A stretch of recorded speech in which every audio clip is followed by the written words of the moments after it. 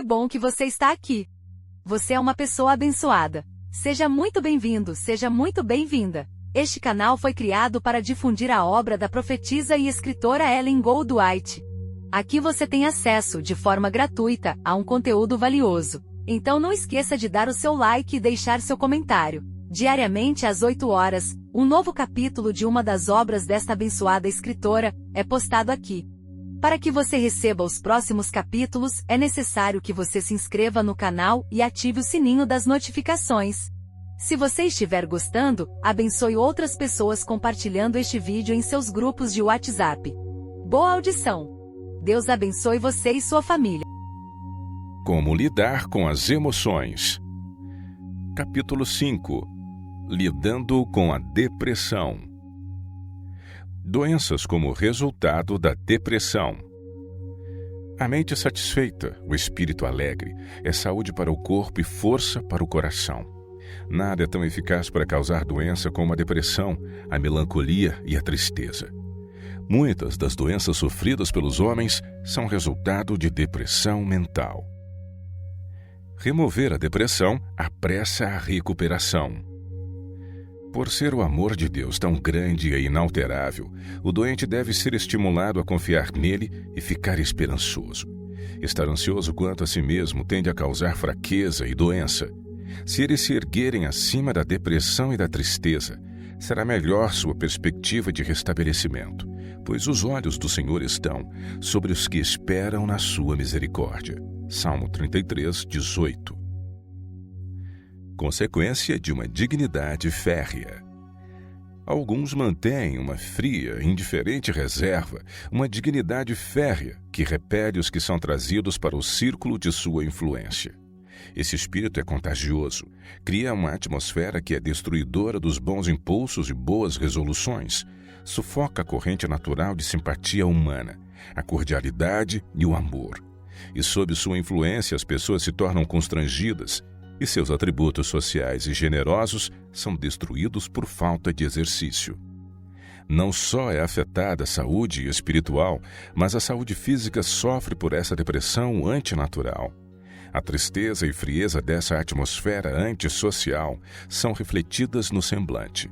O rosto dos que são bondosos e compassivos brilhará com o resplendor da verdadeira bondade, ao passo que os que não acalentam pensamentos bondosos e motivos altruístas expressam no rosto os sentimentos abrigados no coração. Em aposentos pouco ventilados. Os efeitos produzidos pelo permanecer em aposentos fechados e mal ventilados são os seguintes: o organismo torna-se fraco e doentio, a circulação diminui, o sangue corre lentamente através do organismo, porque não é purificado e vitalizado pelo puro, revigorante ar do céu. A mente torna-se deprimida e sombria, enquanto todo o organismo fica debilitado e febres e outras doenças agudas podem aparecer. Insuficiente oxigênio. Deve-se conceder aos pulmões a maior liberdade possível. Sua capacidade se desenvolve pela liberdade de ação, diminui se eles são constrangidos e comprimidos. Daí os maus efeitos do hábito tão comum, especialmente em trabalhos sedentários, de ficar todo dobrado sobre a tarefa que está sendo realizada. Nessa postura, é impossível respirar profundamente. A respiração superficial torna-se em breve um hábito, e os pulmões perdem a capacidade de expansão. Assim é recebida uma deficiente provisão de oxigênio, o sangue move-se lentamente.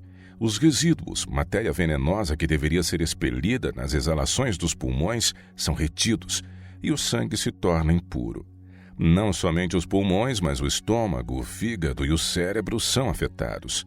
A pele torna-se pálida, é retardada a digestão, o coração fica deprimido, o cérebro nublado, confusos os pensamentos, baixam sombras sobre o espírito, todo o organismo se torna deprimido e inativo, e especialmente suscetível à doença.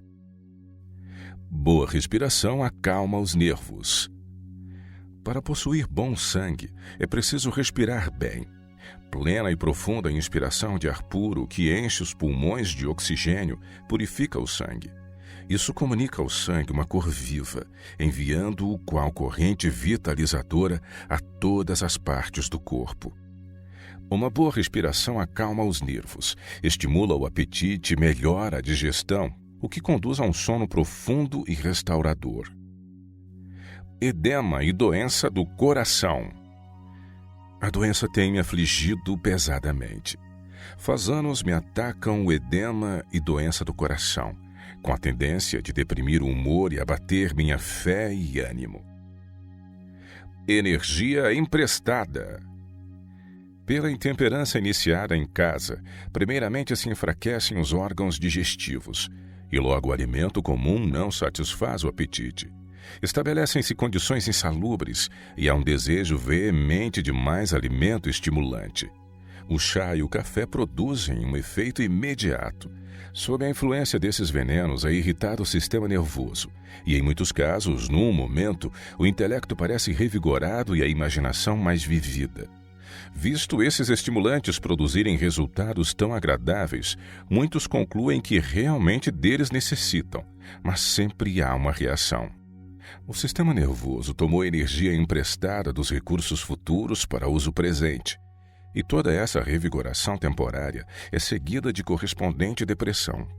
O alívio repentino obtido através do chá e do café é evidência de que o que parece energia não passa de excitação nervosa e, consequentemente, tem de ser prejudicial ao organismo.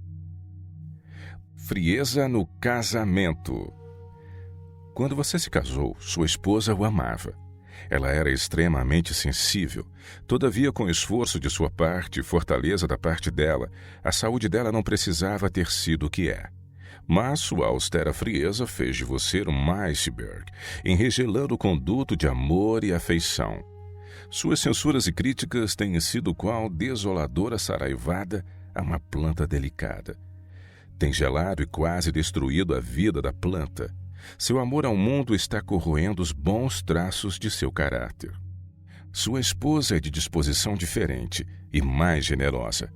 Mas quando ela, mesmo em questões de pouca importância, tem dado expressão aos seus instintos generosos, você tem se sentido inferior em seus sentimentos e a tem censurado. Você condescende com um espírito estreito e murmurador. Faz a esposa sentir que é um peso, um fardo, e que não tem direito de praticar sua generosidade às expensas do marido. Todas essas coisas são de natureza tão desanimadora que ela se sente sem esperança e indefesa, e não tem a robustez necessária para suportar a carga, e se abate à força da rajada.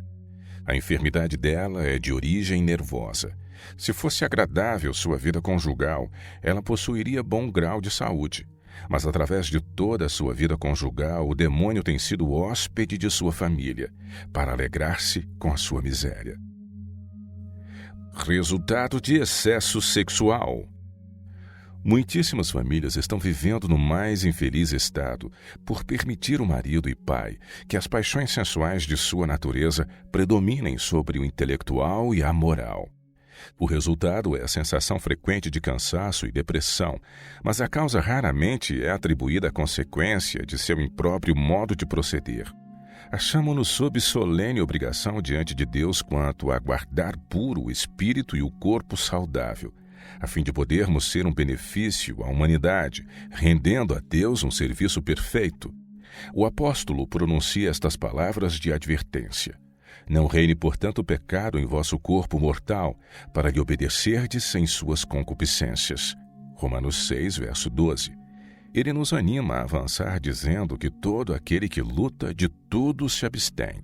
1 Coríntios 9, 25. Exorta todos que se dizem cristãos a apresentarem seu corpo como um sacrifício vivo, santo e agradável a Deus. Romanos 12, verso 1.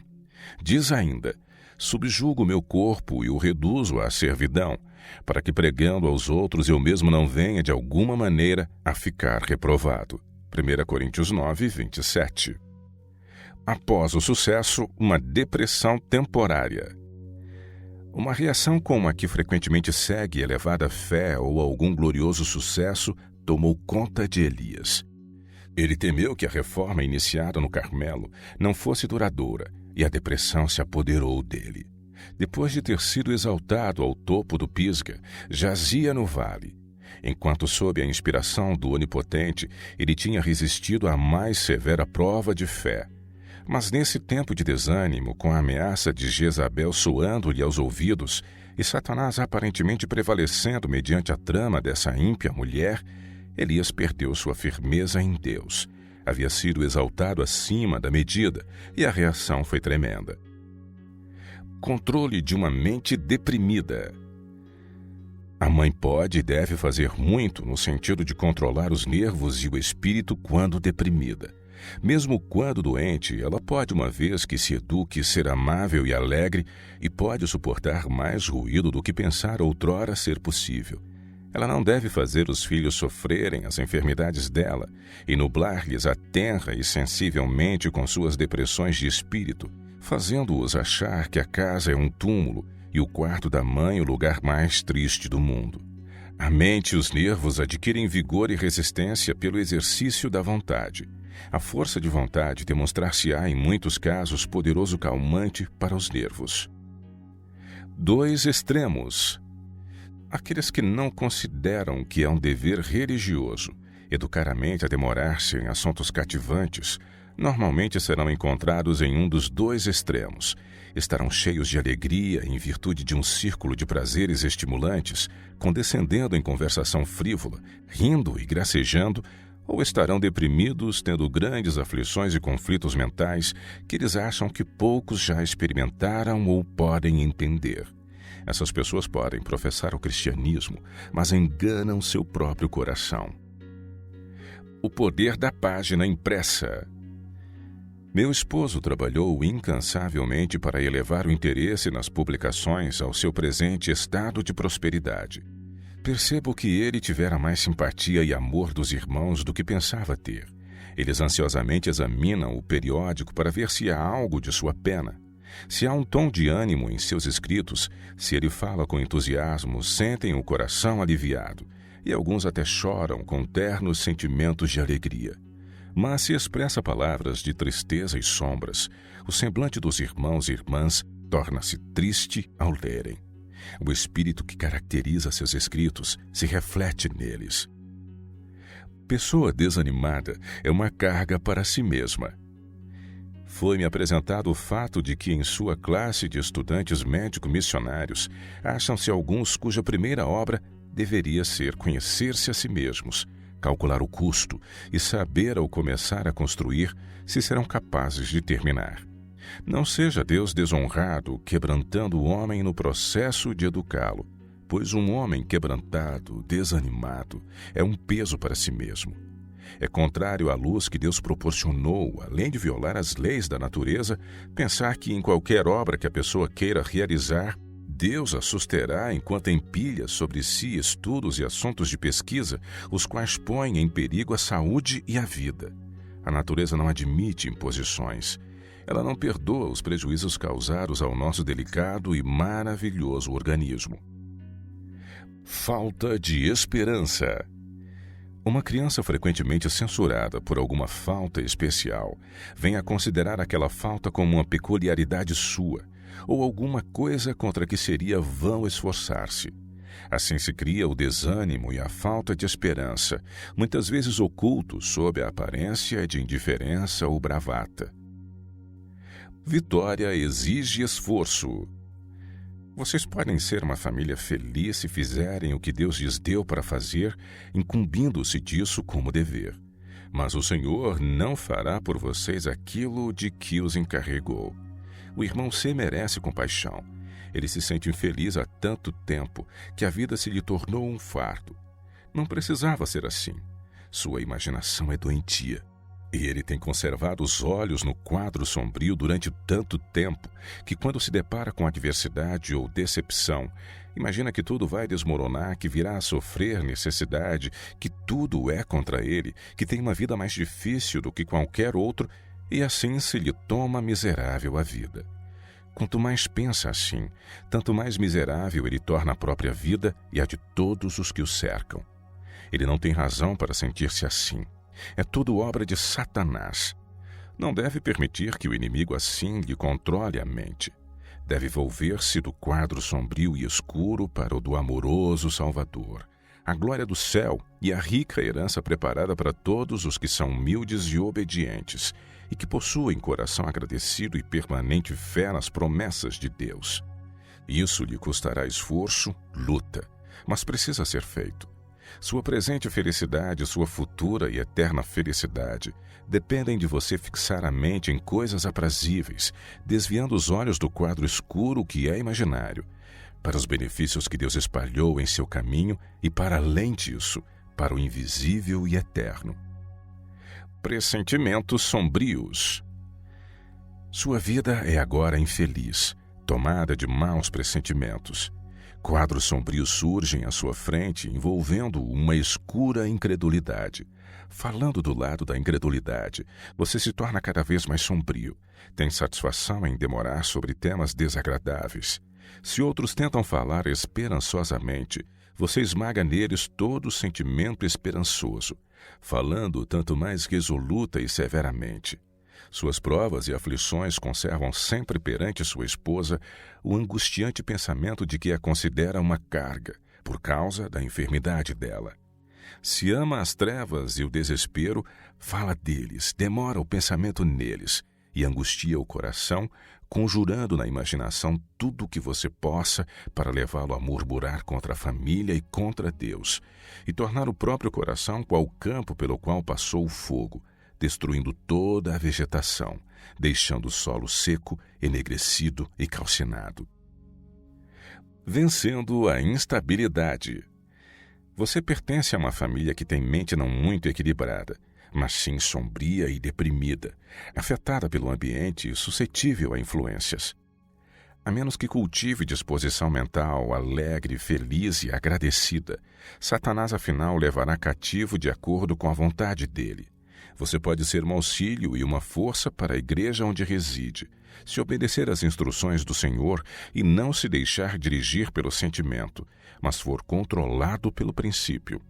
Nunca permita que uma censura lhe escape dos lábios, pois é qual desoladora saraivada aos que o cercam. Caiam de seus lábios palavras alegres, ternas e amoráveis. Não escravo da depressão. Lembre-se de que em sua vida a religião não deve ser uma simples influência entre outras. Deve ser a influência dominadora sobre todas as outras. Seja estritamente temperante, resista a toda tentação. Não faça concessão ao astuto inimigo. Não dê ouvido às sugestões que ele põe nos lábios de homens e mulheres. Você tem uma vitória a alcançar. Tem nobreza de caráter para conseguir, mas isso não se consegue enquanto estiver deprimido e desanimado pelo fracasso. Quebre os laços com que Satanás o tem prendido. Não há necessidade de ser escravo dele. Vós sereis meus amigos, disse Cristo, se fizerdes o que eu vos mando. João capítulo 15, verso 14.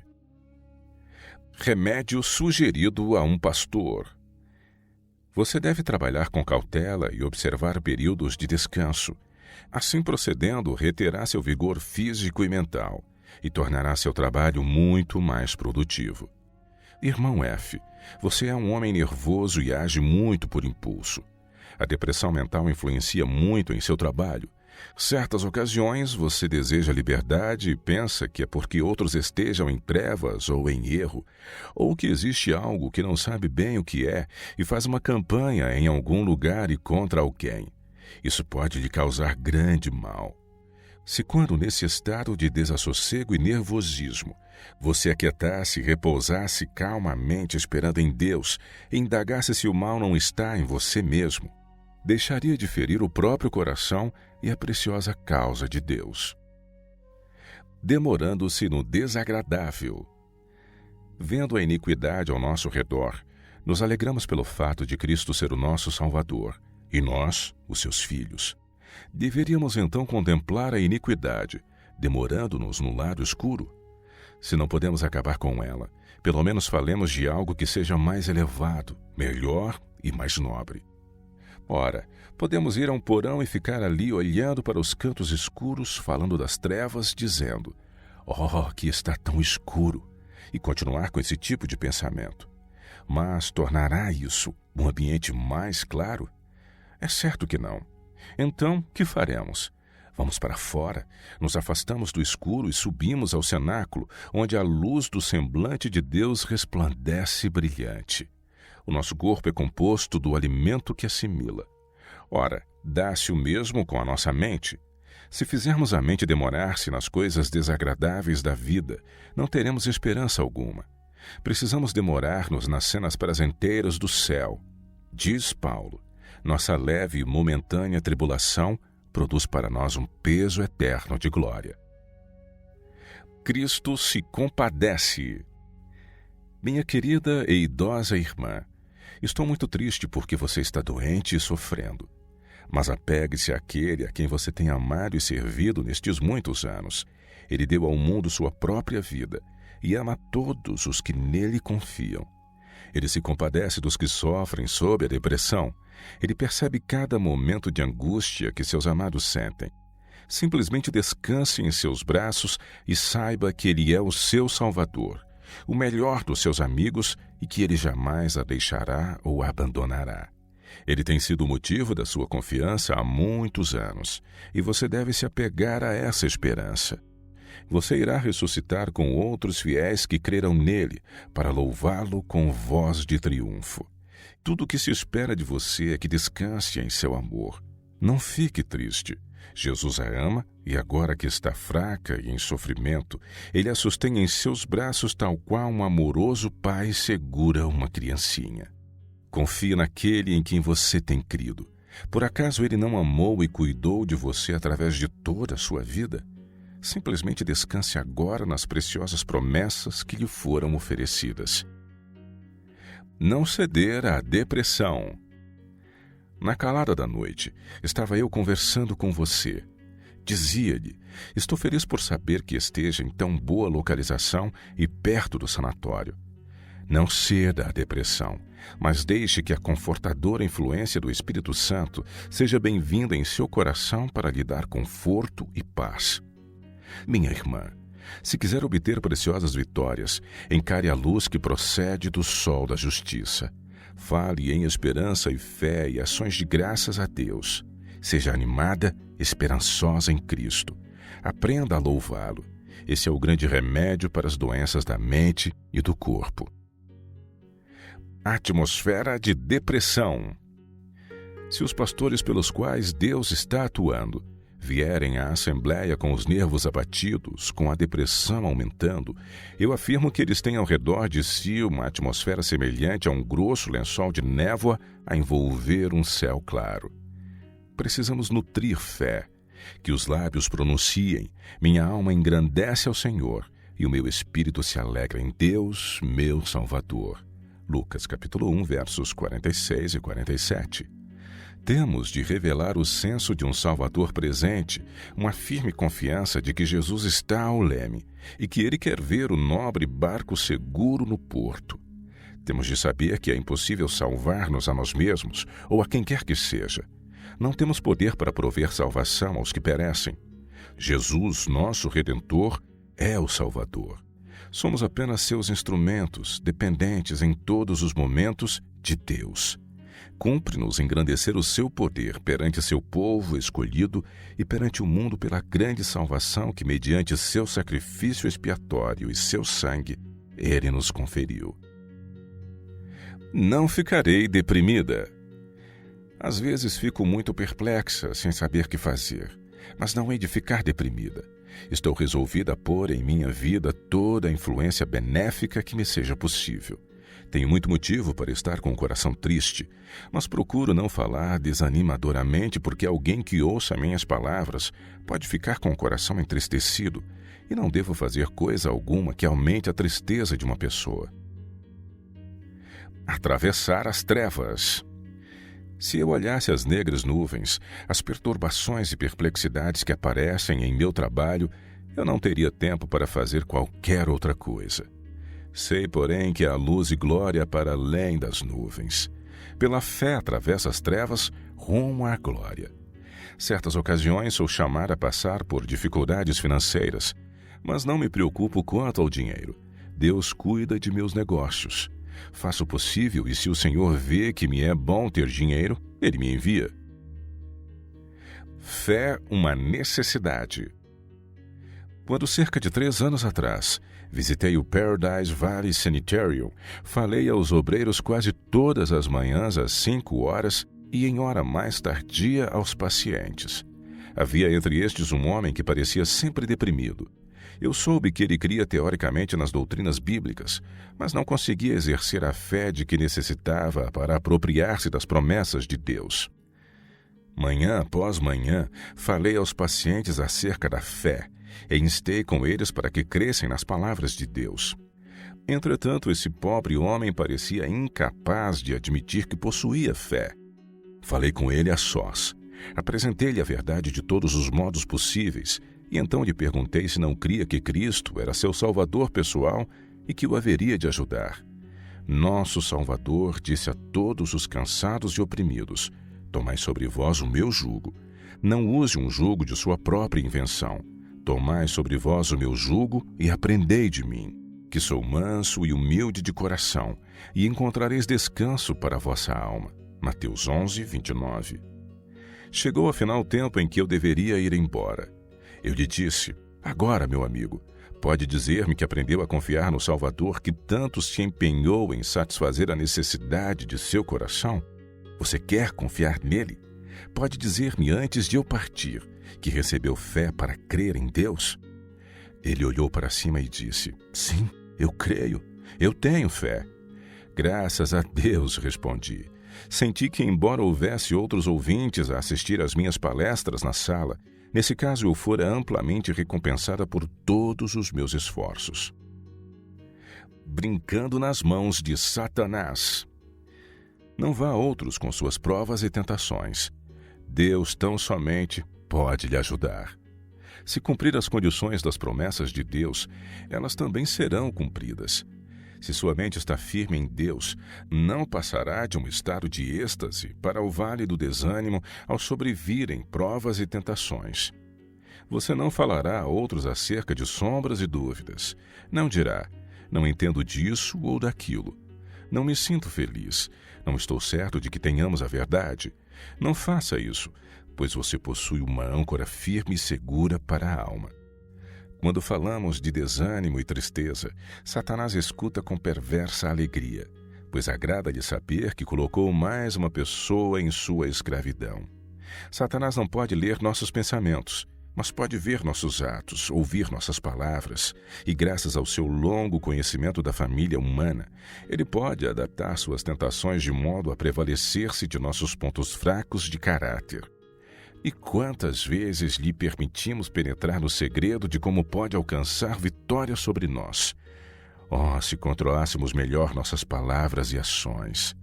Como nos tornaríamos fortes se nossas palavras fossem de tal espécie que não nos tivéssemos que envergonhar ao defrontar com o registro delas no dia do juízo? No dia de Deus, quão diferentes elas se mostrarão do que pareciam quando as pronunciamos. Jesus compreende os sentimentos. A fé e a esperança vacilaram nas finais agonias de Cristo, porque Deus removera a certeza que até então concedera a seu amado Filho de sua aprovação e aceitação. O Redentor do mundo apoiou-se nas provas que até aí o haviam fortalecido, a saber que o Pai aceitava seus esforços e estava satisfeito com sua obra. Na agonia da morte, ao depor ele a preciosa vida, teve de confiar unicamente pela fé naquele a quem obedecer sempre fora sua alegria. Não o animaram claros, luminosos raios de esperança à direita ou à esquerda. Tudo se achava envolto em opressiva escuridão. Em meio às pavorosas trevas partilhadas pela compassiva natureza, o Redentor tomou a misteriosa taça até o fim. Sendo-lhe negadas a esperança e a confiança no triunfo que o futuro lhe reservava, clamou ele com grande voz: Pai, nas tuas mãos entrego o meu espírito. Lucas 23, 46. Ele estava familiarizado com o caráter do Pai, sua justiça, misericórdia e grande amor, e submisso se deixou cair em suas mãos. Em meio às convulsões da natureza, os atônitos espectadores ouvem as últimas palavras do homem do Calvário. Deus não mudou. Não é de desprezar o sentimento de segurança. devemos dar graças a Deus por ele. Quando, porém, nossos sentimentos se deprimirem, não pensemos que Deus mudou. Vamos louvá-lo da mesma maneira porque confiamos em sua palavra e não em nossos sentimentos. Fizemos o concerto de andar pela fé, não de ser regidos pelos sentimentos, os quais variam com as circunstâncias. Nenhuma disposição de falar em dúvidas. Por meio dos méritos de Cristo, de sua justiça, que pela fé nos é imputada, cumpre-nos atingir a perfeição do caráter cristão. Nossa obra diária e de cada momento é exposta nas palavras do apóstolo, olhando para Jesus, autor e consumador da fé. Hebreus 12, verso 2. Enquanto assim fazemos, nossa mente se torna mais clara e nossa fé mais forte, e nossa esperança é confirmada. Ficamos tão absorvidos com a visão de sua pureza e amabilidade, e pelo sacrifício que ele fez para nos pôr em harmonia com Deus, que não temos disposição para falar de dúvidas e desânimo. O verdadeiro cristão e a depressão. O verdadeiro cristão não permite que consideração alguma terrena se interponha entre sua vida e Deus. Os mandamentos de Deus exercem uma saudável influência sobre suas afeições e atos. Se cada um dos que buscam o reino de Deus e sua justiça estivesse sempre pronto para fazer as obras de Cristo, quanto mais fácil seria o caminho para o céu. As bênçãos de Deus fluiriam e os louvores ao Senhor estariam continuamente em nossos lábios. Serviríamos então ao Senhor por princípio. Nossos sentimentos poderiam nem sempre ser de natureza alegre. As nuvens, por vezes, ensombrariam o horizonte de nossa vida, mas a esperança do cristão não repousa sobre a base arenosa dos sentimentos. Os que agem movidos por princípios contemplarão a glória de Deus para além das sombras e descansarão na segura palavra da promessa. Não se deixarão deter de honrar a Deus por mais escura que a estrada possa parecer. A adversidade e as tribulações tão somente lhes oferecerão oportunidade para mostrar a sinceridade de sua fé e amor. Quando a depressão nos envolve, isso não é evidência de que Deus tenha mudado. Ele é o mesmo ontem e hoje e eternamente. Hebreus 13, verso 8. Estamos seguros do favor de Deus quando somos sensíveis aos raios do sol da justiça.